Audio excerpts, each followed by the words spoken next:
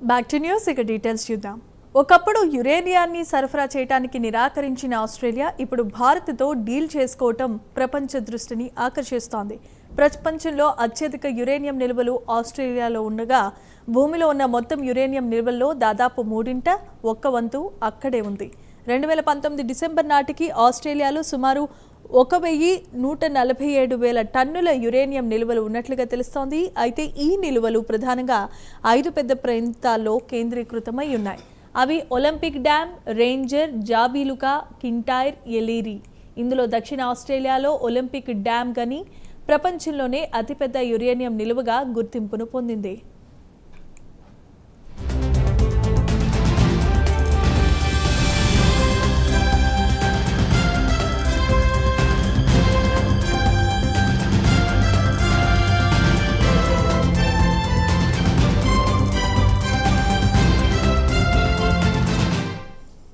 Australia uranium నాణ్యత కూడా బాగుంటుంది. కొన్నిసార్లు కెనడా వంటి దేశాలతో పోలిస్తే గ్రేడ్ కొంచెం తక్కువ ఉన్నప్పటికీ చాలా వరకు యురేనియం ఖనిజం అధిక గ్రేడ్లో ఉంటుంది. దీన్ని వెలికి తీయటం ఆర్థికంగా లాభదాయకమే అయినప్పటికీ ఇందులో మలినాలు చాలా తక్కువగా ఉంటాయి. అందుకే ఇది అణు ఇంధన తయారీకి ఎంతో అనుకూలం. ఆస్ట్రేలియా ఒక స్థిరమైన రాజకీయ వాతావరణం, బలమైన ప్రజాస్వామ్యం, అంతర్జాతీయ అణ్వస్త్ర వ్యాప్తి నిరోధక విధానాలకు కట్టుబడి ఉన్న దేశం. అందుకే దీన్ని ఒక సురక్షితమైన, నమ్మదగిన యురేనియం సరఫరాదారుగా పరిగణిస్తారు. ఆస్ట్రేలియా తన యురేనియం మొత్తాన్ని ఎగుమతి చేస్తుంది. దీన్ని కేవలం పౌర ప్రయోజనాల కోసం మాత్రమే ఉపయోగిస్తారని నిర్ధారించుకోవటానికి కఠిన నియంత్రణలు పాటిస్తుంది. ఇతర యురేనియం ఉత్పత్తి చేసే దేశాల్లో కొన్నిసార్లు రాజకీయ అస్థిరత లేదా భద్రతా సమస్యలు ఉండొచ్చు, కానీ ఆస్ట్రేలియాలో అలాంటివైతే లేవు. ఇది దాని విశ్వసనీయతను మరింత పెంచుతుంది.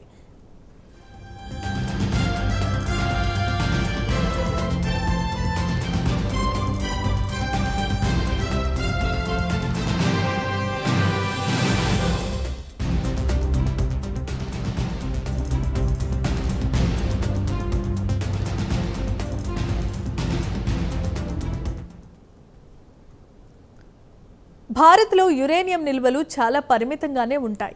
అవి తక్కువ గ్రేడ్లోనే లభిస్తూ ఉంటాయి.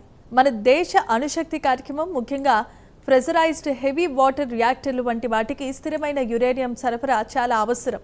భారత్ తన అణు విద్యుత్ సామర్థ్యాన్ని 22 గిగావాట్లకు లేదా అంతకంటే ఎక్కువగా పెంచాలని లక్ష్యంగా పెట్టుకుంది. కానీ దేశీయ ఉత్పత్తి ప్రస్తుత భవిష్యత్ అవసరాలను తీర్చలేదు.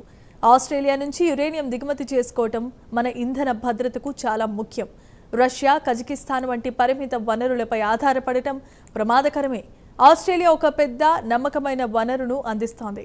2008లో జరిగిన భారత్ అమెరికా పౌర అణు ఒప్పందం, అలాగే ఎన్ఎస్జీ మినహాయింపు తర్వాత భారత్ అనేక దేశాలతో ఒప్పందాలను చేసుకుంటోంది.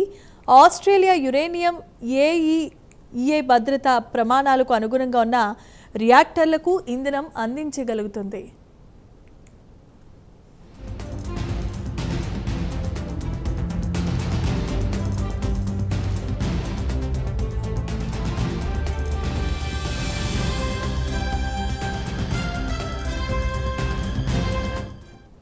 ఆర్థికంగా చూస్తే చౌకైన, నమ్మదగిన ఇంధన విద్యుత్ ఖర్చులను తగ్గిస్తుంది. ఇది భారత్ నెట్ జీరో లక్ష్యాలను చేరుకోవటానికి సహాయం చేస్తుంది. వ్యూహాత్మకంగా ఇది క్వాడ్ భాగస్వామిని బలపరుస్తోంది. భారత్ 3 దశల అణు కార్యక్రమం థోరియం ఆధారిత స్వావలంబనను లక్ష్యంగా చేసుకుంది. కానీ ప్రారంభ దశలో యురేనియం అవసరం అలాగే ఉంటుంది. రసాయనికంగా లేదా ఐసోటోపిక్గా ఆస్ట్రేలియా యురేనియం ఇతర దేశాల యురేనియం లాగానే ఉంటుంది. దీని ప్రత్యేకమైన అనుగుణాలు ఏమీ లేవు, కానీ ఆచరణాత్మకమైన ఇది చాలా ప్రత్యేకమైనది కూడా భావిస్తారు. భారత్ లాంటి దేశానికి, భారీ ఎత్తున అణు విస్తరణ చేస్తున్న దేశానికి స్థిరమైన వనరుల ప్రాముఖ్యత చాలా ఎక్కువే. ప్రపంచంలో యురేనియానికి డిమాండ్ ఎక్కువగా పెరుగుతోంది. స్వచ్ఛమైన ఇంధనంగా అణుశక్తి పాత్ర ముఖ్యమైంది. ఈ డిమాండ్ను తీర్చడంలో ఆస్ట్రేలియా ఒక పెద్ద పాత్ర పోషిస్తోంది.